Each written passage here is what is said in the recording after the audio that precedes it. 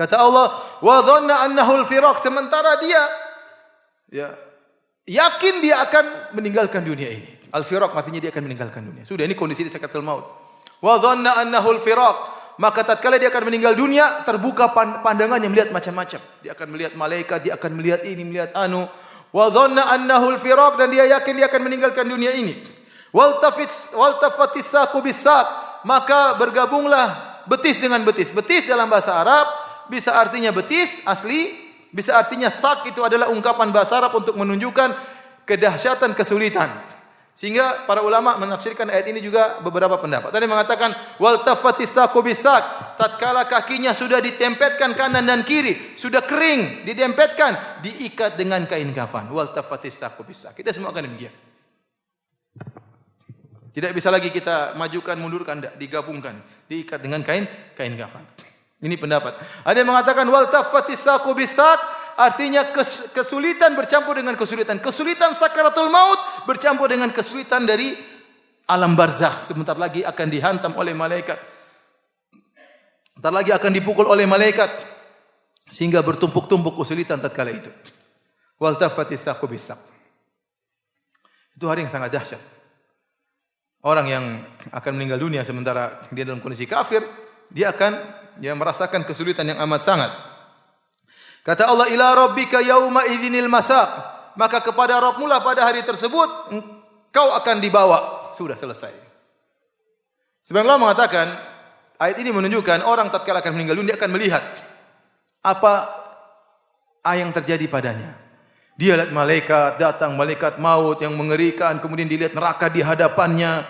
Ya, makanya dalam satu hadis kata Nabi sallallahu alaihi wasallam, man ahabballaha liqa'ahu ahabballahu liqa'ahu wa man kariha liqa Allah karihallahu liqa'ahu. Kata Nabi kepada Aisyah, barang siapa yang suka untuk bertemu dengan Allah, Allah pun suka bertemu dengannya.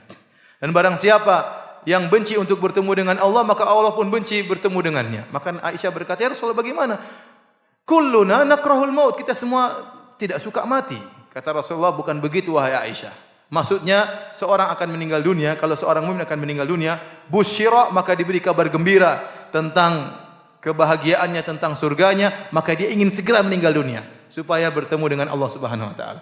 Adapun orang kafir, pelaku maksiat, maka tatkala akan meninggal dunia akan dilihatkan bagaimana azab yang akan dia rasakan, hukuman yang akan dia rasakan, maka dia benci untuk mati, semakin tersiksa. Itulah maksud dari hadis ini. Sehingga dijadikan oleh para ulama firman Allah, ila rabbika yauma idzinil masaq, maka pada hari tersebut dia akan dibawa sesuai dengan aturan Allah. Sebelum dia meninggal dia sudah melihat berbagai macam kondisi yang buat dia ketakutan. Kata Allah Subhanahu wa taala, fala saddaqa wala shalla. Dia waktu di dunia tidak pernah bersedekah atau tidak pernah membenarkan Allah dan Rasulnya, wala shalla, dan dia tidak pernah salat. Abu Jahal dan teman-temannya. Walakin kadzdzaba wa tawalla, akan tapi dia mendustakan dan berpaling.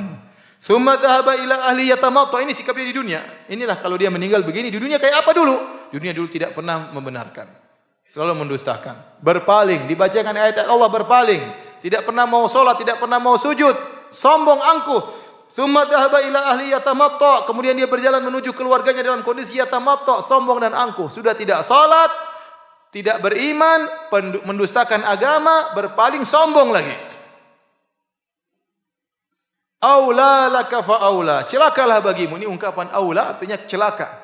Celaka kepada engkau. Summa aula laka fa aula, celaka bagi engkau, celaka bagi engkau. Allah ulangi aula 4 kali. Celaka, celaka, celaka, celaka.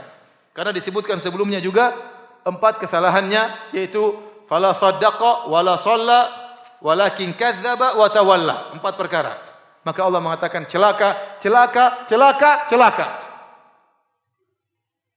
Dan Allah kalau sudah menghukum, menyiksa, detail. Setiap dosa ada hukumannya. Detail, tidak ada yang tidak detail. Di akhirat semuanya apa? Detail. Ente melakukan kebajikan, detail juga Allah akan balas. La tahqiranna minal ma'rufi syai'an walau an talqa akhaka biwajhin talib. Jangan kau remehkan kebajikan sedikit pun, meskipun hanya tersenyum waktu bertemu dengan teman. Itu senyum itu akan ada balasannya. Demikian juga maksiat, detail Allah balas. Makanya kata Allah, "Faman ya'mal mithqala dzarratin khairan yarah." Barang siapa melakukan kebajikan sebesar zarah pun dia akan lihat hasilnya.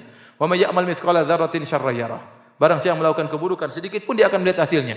Tatkala Abu Jahal Fala saddaqa wala shalla walakin kadzdzaba wa tawalla. 4 perkara dilakukan. Dia tidak membenarkan, dia tidak salat, dia mendustakan, dia berpaling. Kata Allah, aula laka fa aula, thumma aula laka fa aula. Celaka engkau, celaka engkau, celaka engkau, celaka engkau.